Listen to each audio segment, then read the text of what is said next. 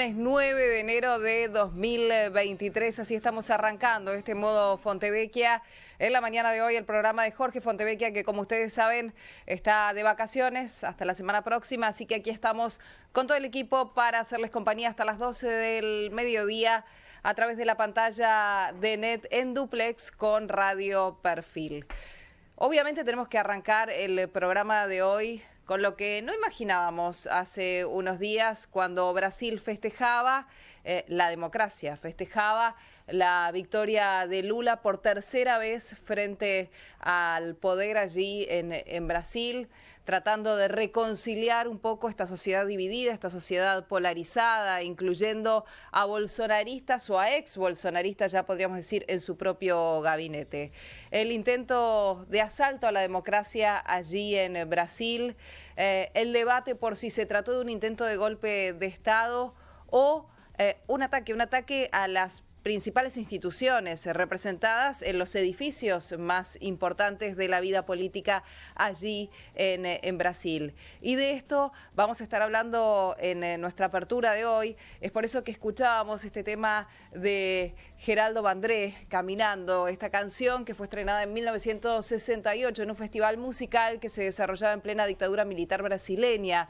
El régimen en su momento censuró este tema tras su presentación, por eso se convirtió en una canción de resistencia contra la dictadura militar. Por eso y para condenar los hechos que sucedieron ayer en Brasil, abrimos el programa de hoy con este tema en defensa de la democracia en todos los países del mundo y sobre todo en países con tanta vida democrática que la ven amenazada en hechos como los que vivió ayer Brasil, inclusive esta madrugada todavía. Voy a saludar a mi compañero Jorge Elías a esta hora para una pequeña reflexión, Jorge, antes de comenzar y ya darle pie a nuestro primer invitado de hoy. Buen día, Nuria, buen día a todos. Bueno, a 2 años y 2 días del asalto al Congreso de los Estados Unidos por la no aceptación de la derrota de Donald Trump, se produce esto, el asalto a la Plaza de los Tres Poderes. Más que todo, se produce el asalto a la institucionalidad de Brasil.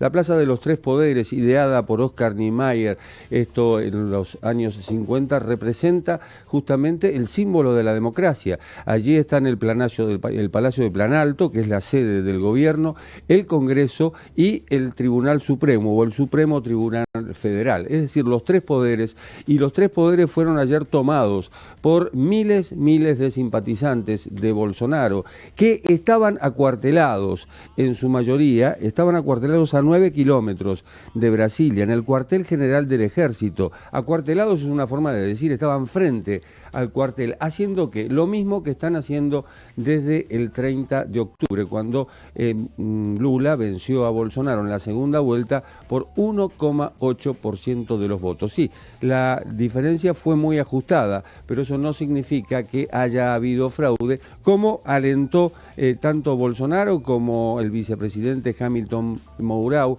a sus simpatizantes a desconfiar de ese resultado. Lula, que estaba en San Pablo, esto a raíz de las inundaciones que se produjeron allí, acusó directamente a Bolsonaro de fascista. Bolsonaro, que no participó de la toma de posesión, esto fue el domingo pasado, es decir, 7 días antes de esta tragedia que se ha producido en Brasilia. Bueno, Bolsonaro está en Estados Unidos, está en Orlando, en un suburbio de Orlando, cerca de los parques Disney, y desde allí dijo que no tenía nada que ver con esto que estaba ocurriendo. No tener nada que ver significa no alentarlo, como lo hizo Trump el 6 de enero de 2021, con una diferencia. Trump en ese momento era presidente de Estados Unidos cuando se toma el Congreso. ¿Para qué? Para evitar la certificación de la victoria de Joe Biden, que iba a asumir pocos días después, el 20 de enero. En cambio, Bolsonaro es hoy expresidente. Y la pregunta, Nuria, la pregunta clave, ¿fue un golpe? ¿Fue una insurrección? ¿Qué fue? Bueno, esto es lo que queda pendiente y queda pendiente de las investigaciones. Por lo pronto hay más de 400 detenidos, sigue la tensión continúa en Brasil a pesar de esto, con algunos detalles que tienen que ver sobre todo con la seguridad. ¿Qué hizo la Policía Militar de Brasilia? Esa es la otra duda. Te pregunto Jorge, porque digo, escuchando a los analistas desde ayer, nosotros decíamos hace un ratito, la verdad, Brasil hace muy poquito, hace una semana, festejaba la victoria de un hecho democrático. Para los que venían siguiendo los acontecimientos de lo que venía ocurriendo en Brasil o cómo se venía comportando, sobre todo la dirigencia política tan polarizada allí en Brasil, y donde Lula había tenido que asumir la responsabilidad de generar una especie de reconciliación con aquellos que no lo habían votado, porque, digamos, su desafío era este, ¿no? Incluir a casi media porción de la sociedad que había decidido por el bolsonarismo. Entendían que era la crónica de lo que podía llegar a suceder.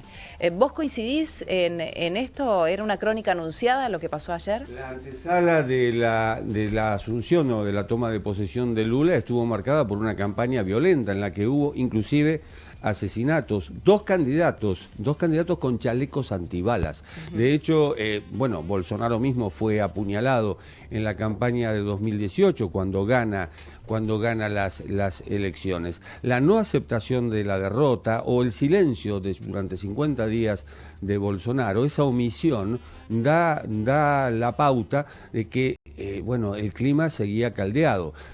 Lula aceptó asumir con un coche descapotable cuando le pedían que fuera en un vehículo blindado y Lula evidentemente formó un gabinete de 37 ministros de izquierda, de centro y de derecha. ¿Esto para qué? Y más que todo para negociar con el Congreso. Un Congreso que sigue dominado por un ala que responde a Bolsonaro. Y ojo, también hay gobernaciones que son manejadas justamente por bolsonaristas. Estamos hablando de alguien que obtuvo 58 millones de votos, lo cual no es poco en ninguna democracia. Lo mismo había pasado con Donald Trump. Resultó ser el candidato más votado de la historia de Estados Unidos. Es decir, el guión es muy, muy parecido, insisto, con la diferencia de que uno era mandatario, Trump. Bolsonaro hoy es expresidente. La violencia en las calles de Brasil hacía pensar, como decías recién, que esto podía llegar a suceder y que solamente se retrasó una semana, ¿no? Para aquellos que venían inclusive siguiendo esta arenga que hacía Bolsonaro justamente a sus seguidores, ¿no? De salir a cuestionar a Lula en forma permanente. ¿Podría haber sido peor? ¿Y se trató de terrorismo? Esa es otra pregunta, ¿no? Vos decías recién el debate entre si fue un golpe de Estado o no lo fue, ahora lo vamos a estar hablando con los analistas también, pero ¿se puede hablar de terrorismo, como califican algunos? Por lo pronto, el gobierno de Brasil tildó de actos terroristas lo que ocurrió allí. Se desplazó al secretario de Seguridad de Brasilia, que curiosamente, fue ministro de Justicia hasta el 31 de diciembre y está con Bolsonaro en Estados Unidos. ¿Qué significa acto terrorista o calificar de acto terrorista? Que las penas son mayores. Las penas son mayores para aquellos que cometieron esta tragedia, insisto. Hay un denominador común y podría ser una coincidencia. La detención de George Washington de Sousa, Oliveira de Sousa, Washington, la palabra Washington, fíjense, es una coincidencia, es una mera coincidencia semántica en este caso, pero este hombre, que es un empresario, había preparado un camión cisterna con explosivos justamente para impedir la toma de posesión de Lula. Esto fue antes del domingo 1 de enero, cuando asumió la presidencia. Y también en las afueras de Brasilia fueron descubiertos 40 kilos de explosivos. Es decir, ¿se veía venir algo? Y sí, se veía venir algo para el 1 de enero, para el Día de la Asunción. Ayer, domingo, se aprovechó quizá la calma de Brasil. Y otro dato, más de 70 o 100 ómnibus fletados hacia Brasilia, no era por turismo, eran justamente partidarios de Bolsonaro que habían o iban a producir estos hechos. Esto significa que se trata de algo orquestado. Hoy la investigación apunta a ver de dónde salió la plata, quién lo organizó y quién está detrás de todo esto. Te pregunto, Jorge, también porque muchos lo señalan desde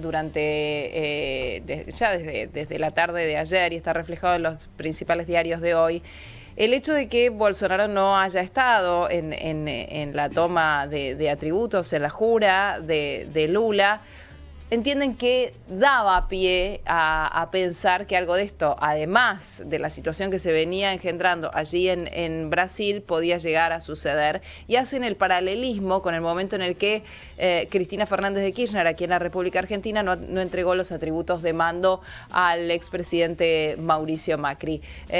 ¿Crees vos que en ese momento en Argentina no sucedió porque no había plafón, digo, porque las instituciones estaban más sólidas, más allá de que hubiese sucedido lo mismo, no había lugar como para que esto pasara? En este caso, ¿se ve realmente amenazada la democracia allí en Brasil? Son contextos diferentes. Estamos aquí hablando de figuras de extrema derecha, como es el caso de Bolsonaro y es el caso de Donald Trump, y estamos hablando de un berrinche en el caso de la vicepresidenta argentina, que insiste hoy mismo, insiste en anteponer sus problemas judiciales antes que, digamos, los problemas generales del país. Pero, insisto, son contextos diferentes y no había y no hay, al menos en apariencia, en Argentina, movimientos extremos. Es decir, no podemos hablar de extremos en Argentina como sí los hay en Brasil y sí los hay en Estados Unidos. Recordemos otro nexo. Bolsonaro para la campaña contrata a Steve Bannon. Steve Bannon es la figura de ultrísima derecha de Estados Unidos y es el que lo ayuda a Trump a ganar las elecciones de 2016. Es el mismo que también contrató Marine Le Pen en Francia, que tiene contactos con Víctor Orbán, el primer ministro de Hungría. Es decir, esa extrema derecha que por lo pronto, extrema derecha que está vinculada en el caso de Brasil con movimientos cristianos, con movimientos del agro, de agroganadería. Recordemos los incendios de la Amazonía, que fueron un punto de discrepancia entre Bolsonaro y Emmanuel Macron en su momento. Bolsonaro decía, este es un asunto de soberanía nacional, y Macron le decía, no, se está quemando el pulmón verde del planeta, y así sucesivamente. La aportación de armas, que ahora fue suprimida por Lula, pero que Bolsonaro sí permitió, y esto también ocurre en Estados Unidos. Es decir, son contextos totalmente diferentes. A mí particularmente no me gusta la comparación entre países. Podemos hablar de guiones parecidos, pero no de acciones ni de actores que sean similares. ¿Jugó en contra de Bolsonaro el hecho de haber tardado 6 horas en hacer alguna reflexión sobre esto? Te pregunto, Jorge, negando además cualquier vinculación y cuestionando a aquellos que aseguran, obviamente, porque los que hicieron los que provocaron estos ataques se identifican como bolsonaristas, además, el haber estado detrás de esto. Hay dos bibliotecas, una que dice que Bolsonaro ya está fuera del poder y que ya no tiene influencia alguna, lo cual no creo que sea así. Y hay otra biblioteca que dice que efectivamente Bolsonaro podría convertirse en el líder de la oposición. Bueno, esto es lo que está en duda, hoy, y esa demora, 6 horas sin responder. Bueno, también estuvo 50 días dentro de, digamos, siendo presidente durante la transición, también